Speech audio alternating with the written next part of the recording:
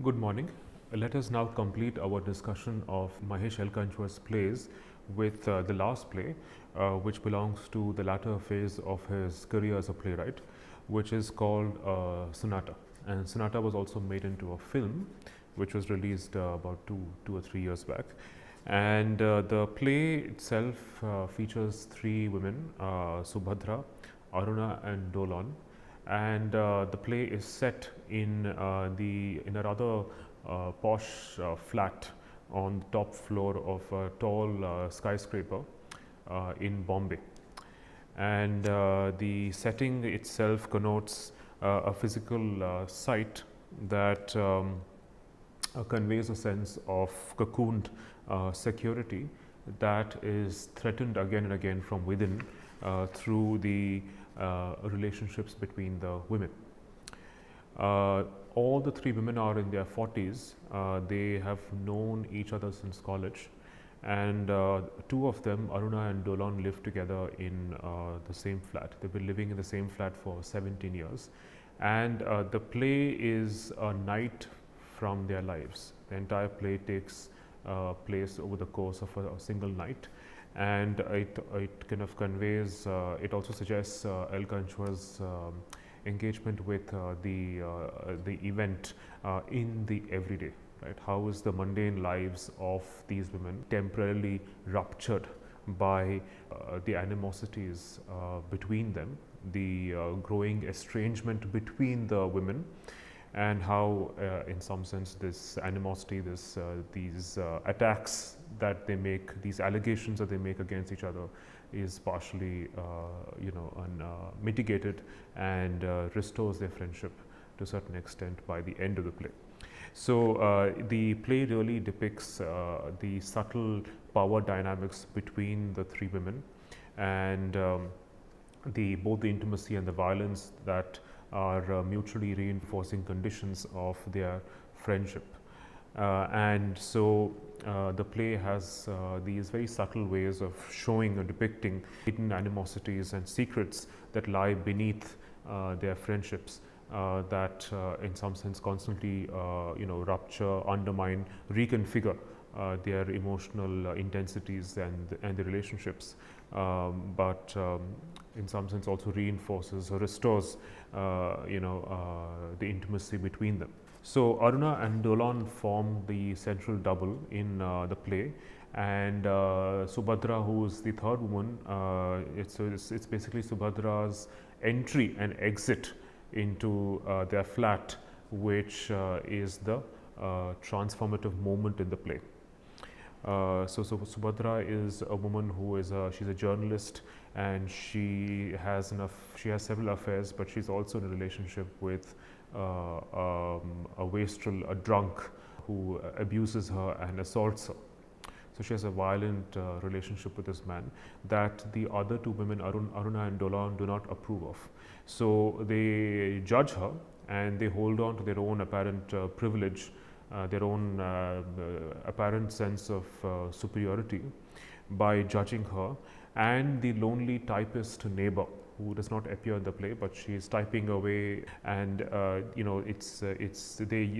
the women, Aruna and Dolan, use Subhadra and affairs as well as the lonely typist neighbor as the measures of their reference, in order to give themselves a sense of privilege and superiority. So the apparent state of stability in the lives of Aruna and Dolan is temporarily interrupted by the entry of Subhadra and the kind of life and her lifestyle which they judge her for. The fact that she has several affairs, that she has a relationship with a violent man, and she also rationalizes the violence of the man, and she also tells him that she even hits him back whenever he hits her. Rationalizing the violence that seems to come with intimacy of any kind. And this correlation of intimacy with violence is also reflective of the relationships between the women. So once Subhadra exits, the two women, Aruna and Dolan, no longer have the Subhadra as a frame of reference, as a foil that would give them their false sense of superiority and privilege, and they end up attacking each other bitterly towards the end of the play, where we discover later on that Dolan had a brief sexual encounter with Aruna's estranged, long divorced husband, and so that, in some sense, brings out a sense of deep sense of betrayal and repressed sexuality which comes with it. And so they argue with each other, they attack each other, but Aruna also is willing to actually let go of the past, and their friendship is restored, or albeit altered to a large extent. And you also have these mentions of Dolan's. Dolan is a banker, and she's a very restless woman. She's obsessed with her own health and the food that she eats. She's Bengali, so it's her constant references to and performances of Rabindra Sangeet and her bottles of perfume that become her private obsessions, as a way of trying to constantly conceal her own insecurity, her own vulnerability. Similarly, you have Aruna, who is a Sanskrit professor, whose intellectual, creative pretensions again are obsessions that manifest themselves in her own private space. And you have Subhadra, whose adoration of her husband, of her boyfriend, her partner, as well as her constant amorous raptures of the male teacher who taught them in college, again becomes a way of veiling her own the violence that characterizes her life, her own insecurities, and the fact that she knows that the other two women, Aruna and Dolan, judge her for her life. And so Subhadra, when she comes back, when she enters the flat and she's come to see them, Aruna sarcastically tells her that you have come to visit your transit lounge. So it's almost like as though the other two women, her friends, are a source of temporary relief, to which she returns now and then when she needs to feel better about herself. But then also realizes that the two friends of hers are not always the source of comfort that she assumes they are, but that they are also, they also judge her for her lifestyle. So let us first look at how the opening of the play, where it is only just one act. The play only comprises one act, and it's the stage directions are rather elaborate. It describes the rather wealthy flat on the fine suburbs of Mumbai. The stage directions are as following. A fine terrace flat in one of the finer suburbs of Mumbai. The drawing room is filled with fragile, delicate objects: glass tabletops, porcelain object art, crystal vases.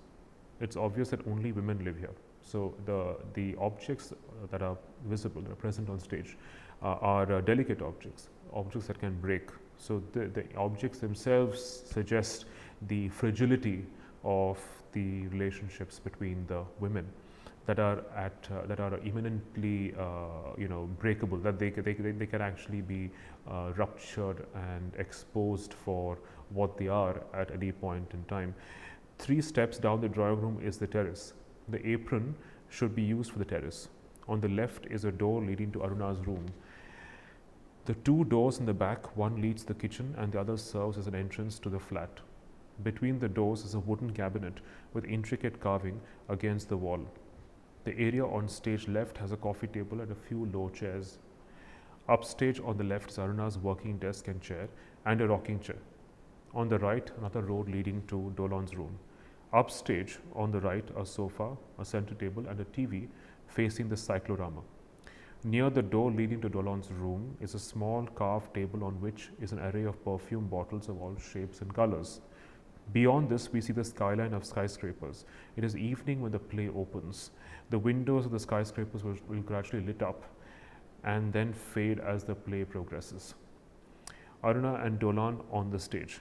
Aruna 40-ish, once beautiful but now fading, in a Bengal handloom sari.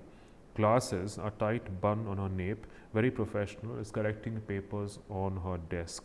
Dolan, same age as Aruna, is an old, much worn but obviously expensive dressing gown, plump, stylish, boy cut, shuffling around aimlessly. She's one of those people who wear expensive clothes carelessly. She's perhaps trying to put the room in order, but in her effort to do so, she brings more disorder into it. Aruna is making great effort to ignore her friend's noisy activity, but finally cannot take it anymore. So the play opens with a very stark contrast between the two characters, Aruna and Dolan. Dolan is someone who dresses up, who wears her expensive clothes rather carelessly. Right? She seems to be someone who's rather self-indulgent and seems to be almost indifferent to her own privilege, but then also makes it a point to exhibit it, to show it in her clothing and in the way she carries herself. She's a very restless woman. She's always flitting around the flat, trying to draw Aruna's attention. Right? And there's also an unspoken secret desire that Dolan has for Aruna, which becomes more evident later in the play. She is a woman who is constantly trying to judge Aruna for being this absolutely disciplined, boring, perhaps even pedantic Sanskrit scholar and professor. Aruna, on the other hand, is very seems to be very well kept. She seems to be rather self-sufficient. She's very disciplined. We see her grading papers and laughing at her students in contempt for their awful answers, their awful writing. And there's also a clear Bengali cultural presence in the drawing room, because Dolan is Bengali, Aruna is Maharashtrian, but then she's also dressed up in a Bengali handloom sari, and looks very. She seems to have an air of expensive simplicity, and she also seems rather emotionally distant. She's not a woman who likes to be touched. Dolan seems to be the person who is physically expressive, demonstrative with her affections, is very talkative and rather rebellious, and constantly makes fun of Aruna for being this absolutely self-contained, disciplined and boring woman scholar. So Dolan also becomes a rather caricature of Bengaliness. In the way she is constantly talking about food and her Bengali penchant for good food. She's obsessed with eating well. She's also obsessed with the weight she's been putting on, and how she constantly asks Aruna for her validation of the clothes she wears. She tries wearing new sets of clothes to see if they still fit, and she's constantly asking Aruna whether she thinks that she is pretty and she's elegant and she's desirable. She's also obsessed with her perfumes. She is obsessed with the smell of perfume, just like she's obsessed with the smell of food. And but Aruna doesn't seem to have much time for her. She's completely absorbed and lost in her own grading of her students' papers and her own knowledge of Sanskrit. And then she constantly utters these Sanskrit lines from the answer papers, now and then interjecting Dolan's lines and dialogues. And you also see how both the women use the typist, lonely typist neighbor, and Subhadra's affairs later on as a reference point for their own judgments and privileged lifestyle. So you see it on page 251, where Dolan makes fun of Aruna for her Maharashtrian middle class nature, her typical Maharashtrian middle class nature, her jealousy, her resentment towards Bengalis, of how Bengalis seem to be entitled to their own artistic and cultural lifestyles and taste, and that very often you also see Aruna asking Dolan whether Bengalis are the only ones who are entitled to art and culture, or whether there are other communities like Maharashtrians who seem to have their own contribution to make, their own sense of entitlement towards aesthetics. Again on 256, Dolan says, looks at the lonely typist and tells her that she must be awfully lonely, leading a life unlike theirs, which seems to be a lot more exciting. And then Aruna asks her to sing some Robindra Shongit.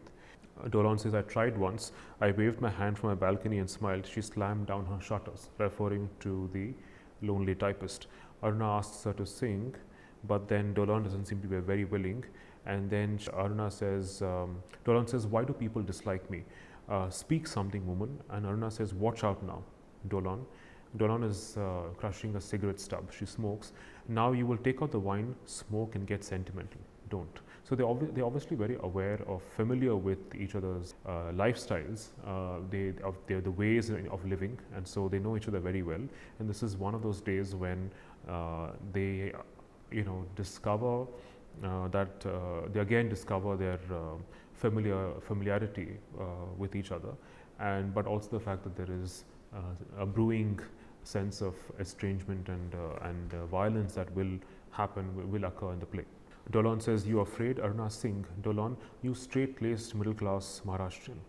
And Aruna asks her to sing a Robindra song by Rabindranath. Then Aruna says, nobody dislikes you.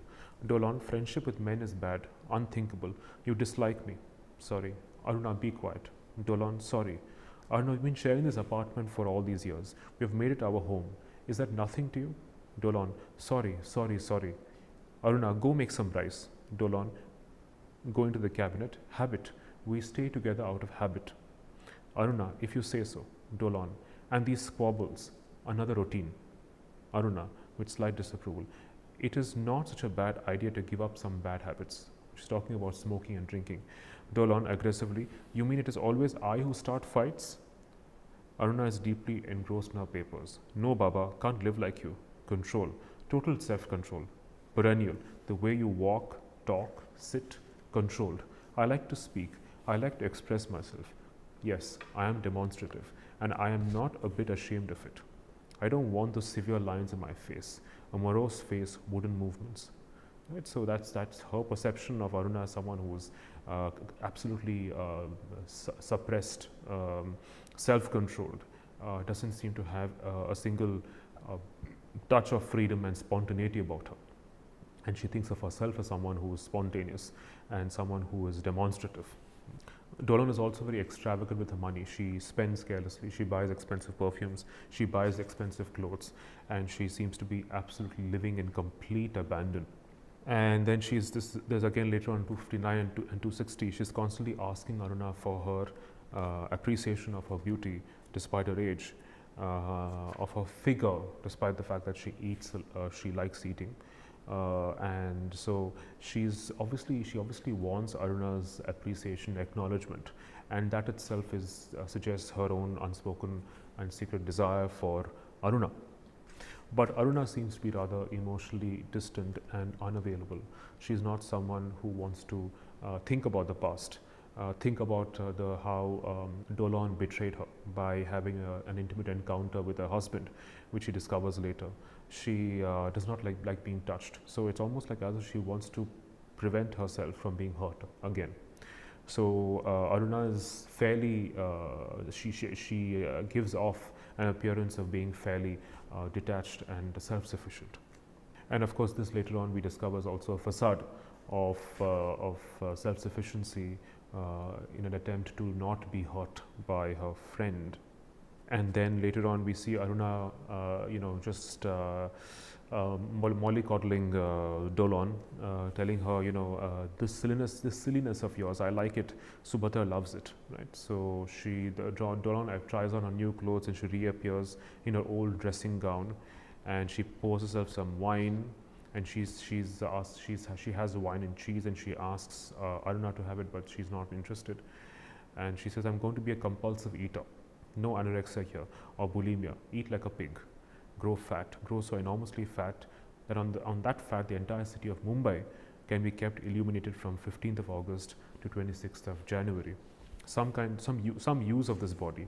As it has outlived its purpose, if it had any to begin with.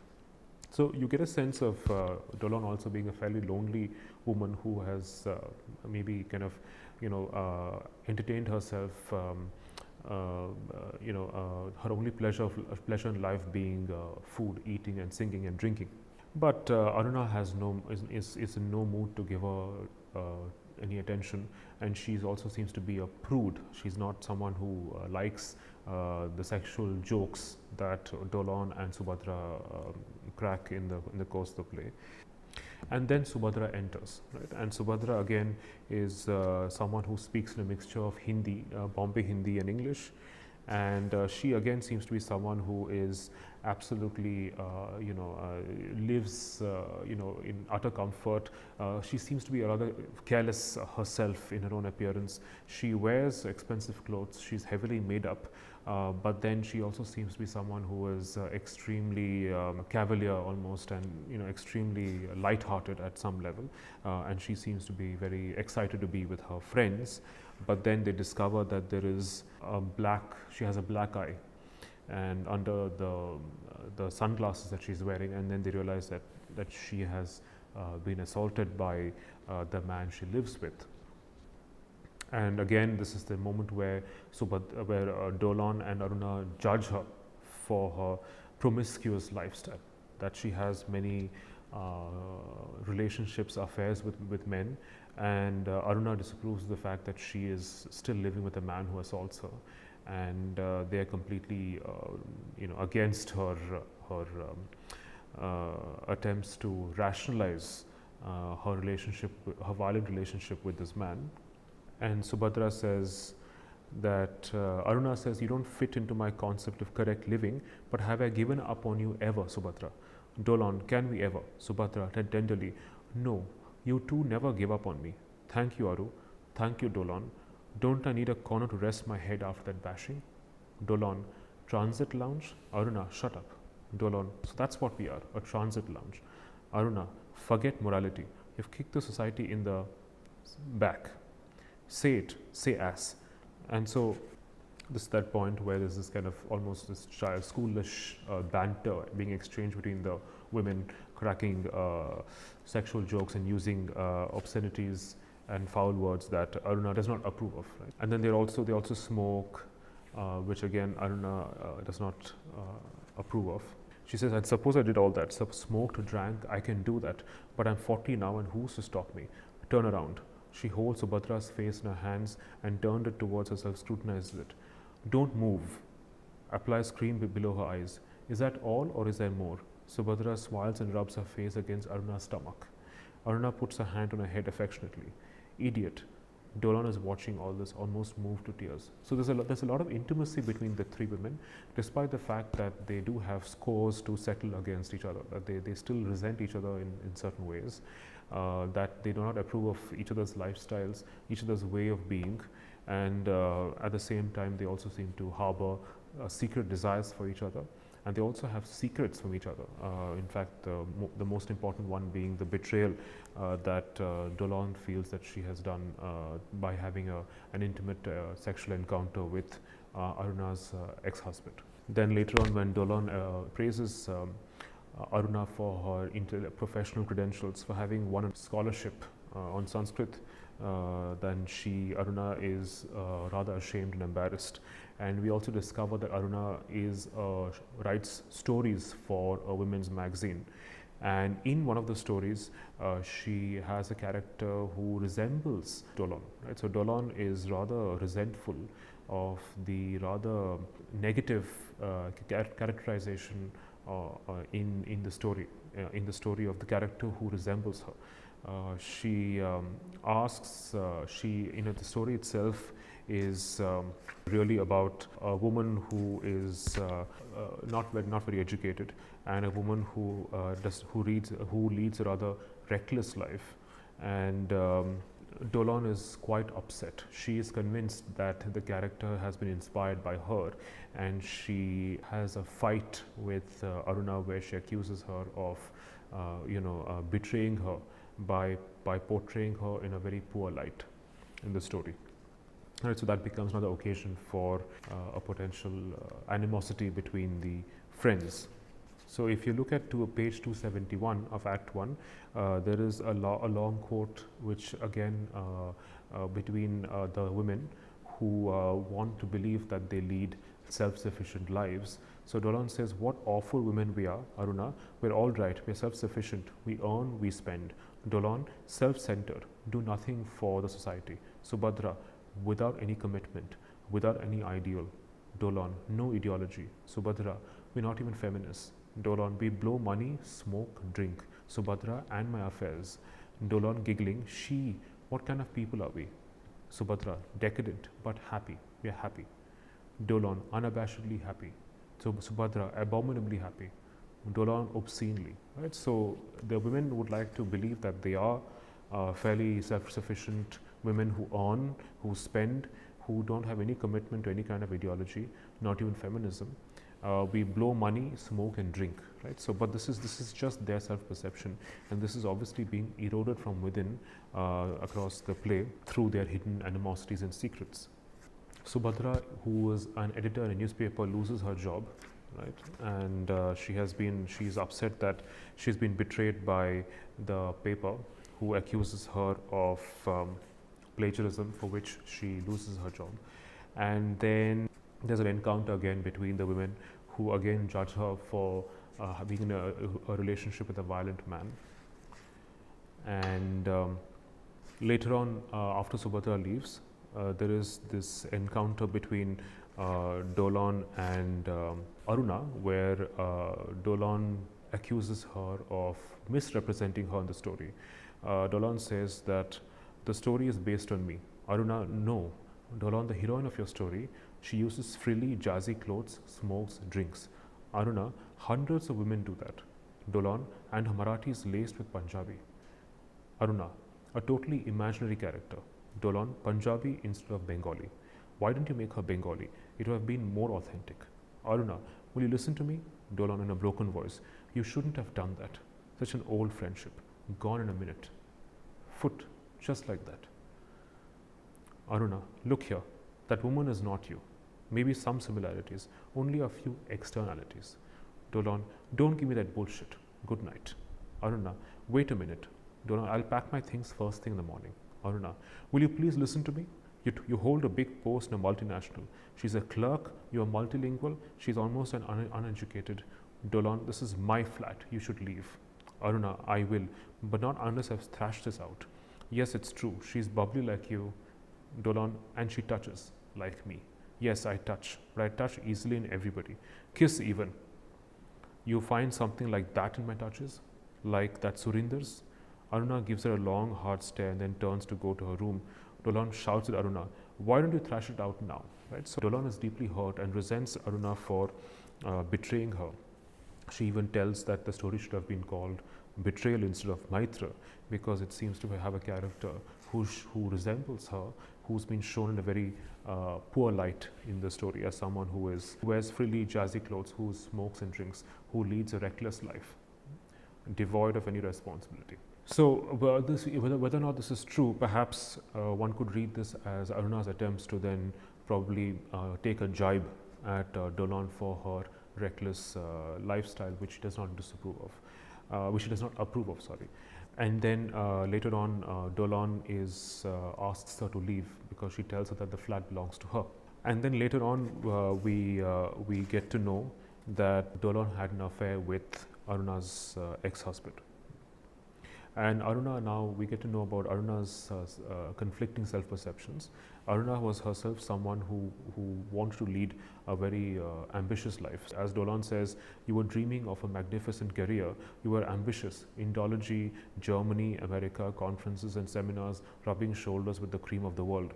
Right? So that was Aruna's life. Right? And so she realized that she could not be married to a man who was Avinash. Aruna's ex-husband is named Avinash, and Aruna realizes that she could not have lived a life with Avinash because he was Aruna calls him as terms him as someone who was celebrated but still a wastrel, right? So she felt that she would have undermined her life's ambition had she continued to be married to Avinash. So she terminates the marriage, but then according to Dolan, she terminates the marriage, but Aruna says, I'm not so sure of that. Right? So Aruna is not entirely willing to accept the fact that she terminated the marriage, despite the fact that she did not want to be married to a man who would have undermined and been obstruction to her own professional ambitions. Perhaps I wouldn't have been able to cope with him, Aruna tells Dolan. No, I know I'm not a success, but not a failure either. I'm living a tepid, monotonous, secure life, am I not?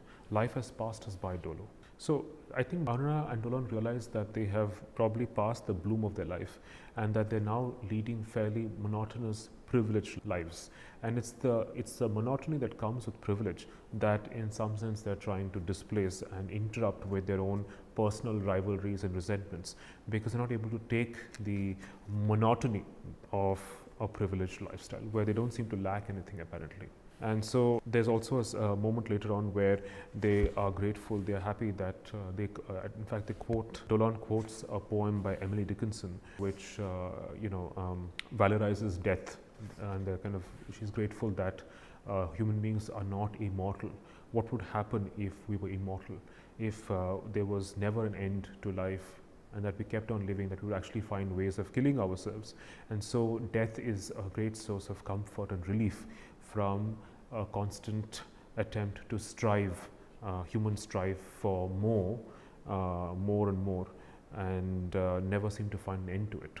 Right? This constant quest for self-sufficiency and completion and perfection, which never seems to end. So there's this revelation here towards the end of Act 1, where Dolan tells Aruna that she went to see Avi because you asked me to. When I came back to the hostel room, you were lying on your bed in the dark. Aruna, please. Dolan, your tears running down into the pillows. Aruna, it was a difficult decision. You did something beautiful then. You held me close. Dolan, touched your white eyes with my lips. Aruna, you drank all my pain. Dolan, it never happened again. Aruna, no. Dolan, Aruna, bolo ma. Dolan, you ever thought I was giving you signals? Aruna, never. Dolan, but you changed so much after that evening, became remote. Aruna, I'll always cherish that moment, Pugly. For the first time in my life, I hadn't recoiled from human contact. But I can't always be that. I was so ashamed you saw me crying.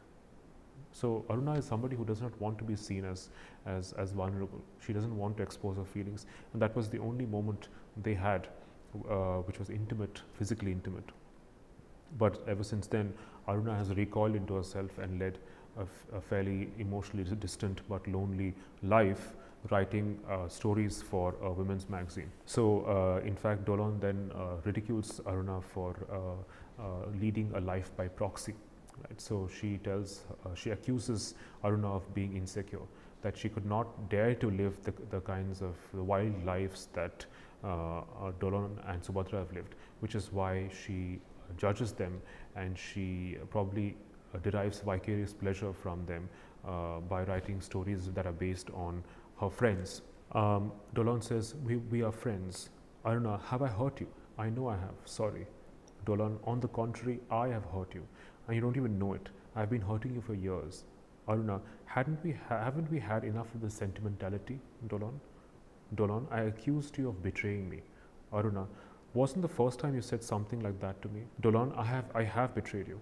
You and Avi parted ways on that day, and you said to me, go, be with him. I can manage myself, but he's being ripped apart. When I came back from him, I was full of him, and I never told you. When I went to him, he was writhing in pain. As I tried to console him, I forgot everything at that moment. Your relationship with him, our friendship. The happiness I got was so overpowering. When I saw you crying, I felt like covering you with that happiness. I never met Avi after that. But Aruna does not confront her with this confession. It's almost like as if she hasn't heard what she said, and she goes around organizing the room, which is a mess. And this is obviously Aruna's ways of guarding her own sense of betrayal and vulnerability. Dolan, will you ever forgive me? Aruna, what right did I have over him? Dolan, I betrayed your trust. Aruna, I've never thought that others should not get what I cannot. What's so new in what you did, friend? All the dhutis and sakhis from Sanskrit poetry have been doing this for ages. Dolan sobs. Aruna takes her in her arms. Enough, my precious. It is the past. Leave it behind. You needn't have told me all this. You did, so it's okay. Get up now and chin up, honey. Dolan rises, trips against the center table. The perfume bottle on it falls down. Dolan, ma, go. Aruna, Subhadra gave it. Dolan, not a drop left. God. Aruna, give it to me. One more addition to the collection. These papers, I'll have to do them tomorrow. I must try a little snooze. Dolan, I think I will read for a while. And they play Moonlight Sonata towards the end of the play. So you see that the perfume bottle that Subhadra gives her breaks, shatters. And so there's this moment where after Subhadra's exit from the flat, the two women, reveal their hidden animosities towards each other. It's in very subtle ways. Even the betrayal that Dolan feels she has done to Aruna is exposed and revealed by the end of the play. And so they also lose whatever little privilege and superiority they had over Subhadra when they bare fangs for the last time towards the end of the play. But then there is also this hint of where Aruna forgives and is willing to completely let go of the past and embraces Dolan for the friend that she is. And so there is this attempt to try and restore an exposed, wounded friendship, right? And so this is how the play ends, right? So this is our discussion of Mahesh Alkanchua's last play, Sonata. We will then continue in our next session on our discussion of a new playwright, Mahesh Dattani. Thank you.